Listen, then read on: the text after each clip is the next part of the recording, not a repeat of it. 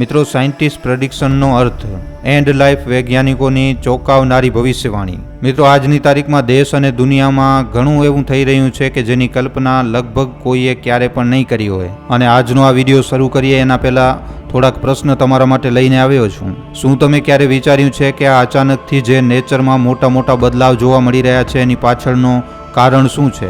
અને એવું તે શું ધરતી પોતાની કોખમાં સમાવીને બેઠી છે જે આવનારા સમય દરમિયાન વિનાશકારી સાબિત થશે?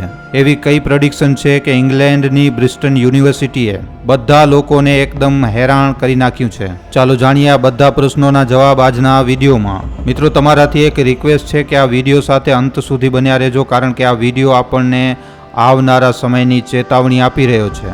મિત્રો, આ વાત તો આપણે બધા જાણીએ છીએ કે દુનિયાભરના સાયન્ટિસ્ટો પોતાની નવી રિસર્ચથી ઘણા બધા રહસ્યોને ઉજાગર કરતા આવ્યા છે. અને એમની આ જ રિસર્ચનું પરિણામ છે કે આપણે એમ કહી શકીએ કે આજની તારીખમાં આપણે અંતરિક્ષમાં મતલબ કે ચંદ્ર ઉપર પણ પહોંચી ચૂક્યા છીએ. પણ મિત્રો, આની વચ્ચે શું તમે આકાશ, પાતાળ અને ધરતી ઉપર ચાલી રહેલી રિસર્ચ ઉપર ધ્યાન આપી છે? જો નથી આપ્યું તો મિત્રો હવે સમય આવી ગયો છે કે તમે પણ સચેત થઈ જાઓ, કારણ કે આવનારા સમય વિશે ઘણી એવી ખતરનાક ભવિષ્યવાણીઓ કરવામાં આવી રહી છે જેને સાંભળીને ઘણા લોકો એકદમ હેરાન થઈ જશે. આવી રીતની ભવિષ્યવાણી ઇંગ્લેન્ડ તરફથી એક યુનિવર્સિટીએ કરી છે. તો ચાલો મિત્રો, સૌથી પહેલાં આપણે ઇંગ્લેન્ડની જ યુનિવર્સિટી વિશે વાત કરીએ જેને બ્રિસ્ટન યુનિવર્સિટી કહેવામાં આવે છે. આ યુનિવર્સિટીએ અમુક એવા ચોંકાવનારા ખુલાસા કર્યા છે જેને જાણીને તમે પણ એકદમ દંગ રહી જશો. પણ મિત્રો, એક વાતનું ધ્યાન રાખજો, આ ખાલી કોઈ જાણકારી નથી પણ એક ચેતવણી છે જે આપણને પહેલાથી જ હરેક વસ્તુથી આગાહ કરી રહી છે જે આવનારા સમયમાં આપણા માટે પરેશાનીનો કારણ બની શકે છે. જ્યારે પણ સાયન્ટિસ્ટ કોઈ રિસર્ચને પબ્લિકલી રિપ્રેઝેન્ટ કરે છે તો એમની રિસર્ચની પાછળ કોઈને કોઈ આધાર તો જરૂર હોય છે, કારણ કે સાયન્ટિસ્ટો દ્વારા કરવામાં આવેલી કોઈ પણ રિસર્ચ બેબુનિયાદ નથી હોતી. સાયન્ટિસ્ટો હંમેશા પોતાની રિસર્ચને ઠોસ દાવાઓ સાથે પેશ કરે છે અને ત્યારે જ તો એમના દ્વારા આપવામાં આવેલી હરેક ઇન્ફોર્મેશન પથ્થરની લકીર માનવામાં આવે છે. અને હમણાં સુધી સાયન્ટિસ્ટોએ જેટલી પણ વાતો કહી છે એ અધિકતર સાચી સાબિત થઈ છે. અને આજની તારીખમાં વૈજ્ઞાનિકો જે વાતથી સૌથી વધારે ચિંતિત છે એ છે આપણી ધરતીનો બદલતો સ્વરૂપ, જે ક્યાંક ને ક્યાંક કોઈ મોટા ખતરા બાજુ ઇશારો કરી રહ્યો છે. અને આ જ ચિંતાના ચાલતા વૈજ્ઞાનિકોએ પોતાની રિસર્ચને પાંખો લગાડી દીધી, અથવા તો એમ કહીએ કે એમની રિસર્ચ હવે એનાથી પણ વધારે ઝડપી થઈ ચૂકી છે. અને રિસર્ચ પછી જે વસ્તુ સામે આવી એણે બધા લોકોને વિચારવા ઉપર મજબૂર કરી નાખ્યો. જે ધરતી ક્યારેક માતાના રૂપમાં પૂજવામાં આવતી હતી, જે ધરતીને પ્રકૃતિએ ખૂબસૂરત શૃંગાર સાથે સજાવ્યો, જે ધરતી ઉપર માણસ રાજ કરી રહ્યા હતા, જે ધરતી ઉપર લોકો ખુલ્લી હવામાં શ્વાસ લે છે, આજે એ જ ધરતીને મતલબી માણસોએ એકદમ બરબાદ કરી નાખ્યું છે. આજે એ જ ધરતી વિનાશ બાજુ આગળ વધી રહી છે. અને ધરતી હવે ચીખીને કહી રહી છે કે જો તમે હજી પણ જાગ્યા નહીં તો ક્યારે પણ પછી ઊભા નહીં થઈ શકો. કારણ કે જો આવું ચાલતું રહ્યું તો પછી એ દિવસ દૂર નથી જ્યારે પ્રકૃતિ પોતાની તબાહીનો મંજર દેખાડશે. અને એના પાછળનું જે કારણ છે એના વિશેમાં આપણે બધા જાણીએ છીએ. અને આ કારણ કાંઈ બીજું નહીં પણ ધરતી ઉપર વધી રહેલી મોટા પાયે ગ્લોબલ વોર્મિંગ છે. અને મિત્રો, આનું કારણ પણ ક્યાંક ને ક્યાંક આપણે માણસ જ છીએ. માણસ દ્વારા ફેલાવવામાં આવી રહેલી ગંદકી અને પ્રકૃતિ સાથે છેડછાડ. આનો ફળ એક દિવસ મિત્રો આ ધરતીને લઈ ડૂબશે. કારણ કે વૈજ્ઞાનિકોએ આના ઉપર ઘેરી રિસર્ચ કરીને લોકોને ઘણીવાર સચેત કરવાની કોશિશ પણ કરી છે, પણ માણસ પોતાની ફિતરતથી બાજ નથી આવી રહ્યા. વૈજ્ઞાનિકોની ચેતવણીને એકદમ હલકામાં લઈ રહ્યા છે. અને આ જ કારણ છે કે આજે ધરતી મહાવિનાશ બાજુ આગળ વધી રહી છે. આમ તો મિત્રો, વૈજ્ઞાનિકોએ એકવાર નહીં પણ ઘણી વાર આ વાત માટે અલર્ટ કર્યું છે કે આપણને પ્રકૃતિ સાથે ખિલવાડ ન કરવી જોઈએ. પણ માણસ પોતાની ફિતરતથી ક્યારે પણ બાજ નથી આવતો અને પોતાના ફાયદા માટે પ્રકૃતિની બધી વસ્તુઓને નષ્ટ કરતો જઈ રહ્યો છે, જે એના જીવન માટે ખૂબ જ વધારે જરૂરી છે. પણ એને એમ લાગે છે કે આ એના માટે કંઈ કામની વસ્તુ નથી. અને આ સિલસિલો આજે એ હદ સુધી પહોંચી ગયો છે કે ધરતી તબાહ થવાની કગાર ઉપર છે. અને આવું અમે એટલા માટે કહી રહ્યા છીએ કે આપણને આનાથી કેટલું સાવધાન રહેવાની જરૂર છે એ પણ જાણી લ્યો. જેમ કે વિડીયોમાં પહેલે આપણે ઇંગ્લેન્ડની બ્રિસ્ટલ યુનિવર્સિટીનું વર્ણન કરી ચૂક્યા છીએ. આ યુનિવર્સિટીના સાયન્ટિસ્ટોએ થોડીક એવી પ્રેડિક્શન કરી છે, અમુક એવી પ્રેડિક્શન કરી છે જેને સાંભળીને લોકો એકદમ ગભરાઈ ચૂક્યા છે. અને મિત્રો, એમનું ગભરાવું વ્યાજબી છે, કારણ કે વર્ષ 2024ની ગરમીએ 50 ડિગ્રીનો પારો છૂઈ લીધો હતો. એક રીતે મિત્રો જોવા જઈએ તો 50 ડિગ્રીનો પારો પાર કરી ગઈ હતી 2024માં ગરમી. 2024માં ગરમીએ બધા લોકોને હેરાન કરી નાખ્યો હતો. 50ના પારામાં હાલત આવી હતી તો વિચાર કરો જો પારો 50થી ઉપર જશે તો શું થશે.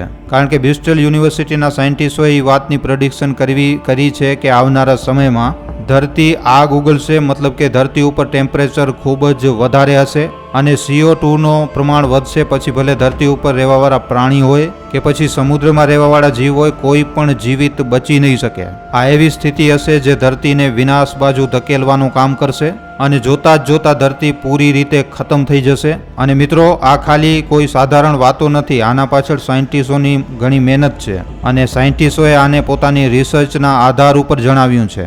જે મહાવિનાશની વાત વૈજ્ઞાનિકોએ કરી છે એવો જ એક મહાવિનાશ મિત્રો આજથી 66 મિલિયન વર્ષ પહેલાં પણ આવ્યો હતો, જ્યારે ડાયનાસોર પૃથ્વી ઉપરથી લુપ્ત મતલબ કે ગાયબ થઈ ગયા. તે સમય દરમિયાન પણ પૃથ્વીનું તાપમાન ખૂબ જ મોટા પાયે વધી ગયો, જેના લીધે ધરતી ઉપર કાર્બન ડાયોક્સાઇડનો લેવલ ખૂબ જ મોટા પાયે વધી ચૂક્યો હતો.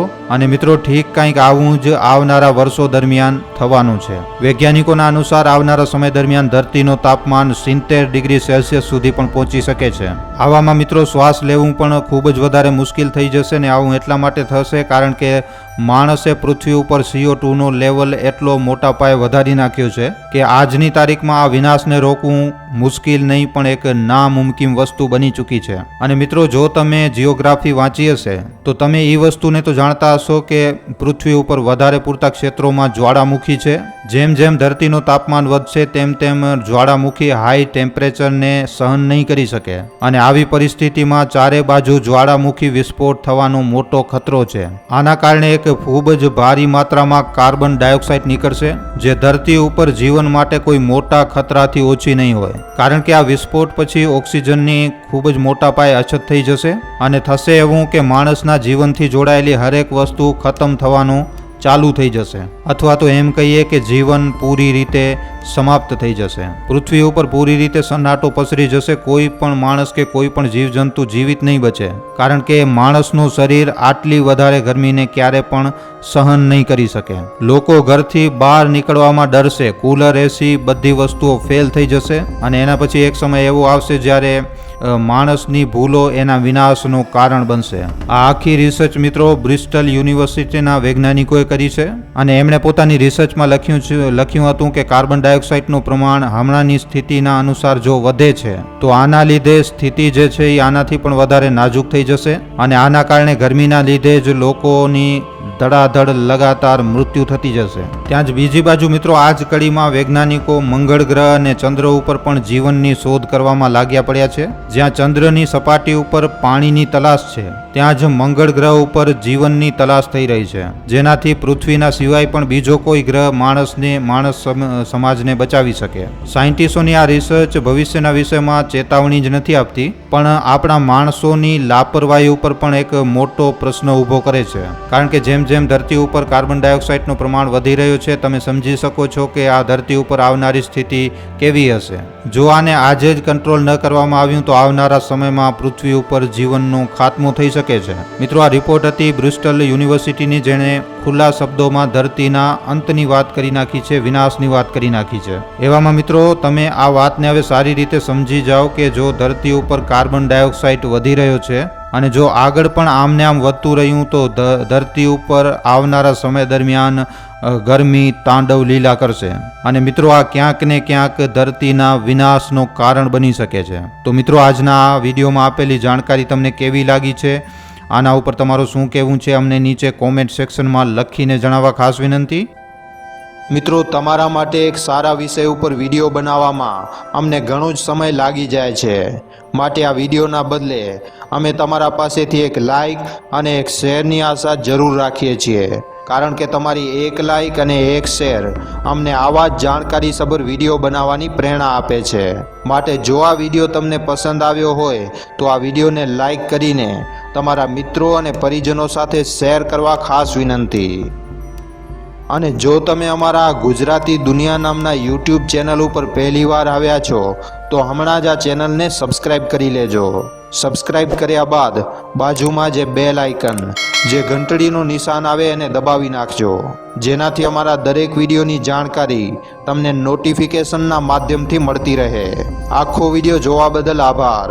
હવે આપણે મળીશું એક આવા જ નવા જાણકારીસભર વિડીયોમાં. ધન્યવાદ.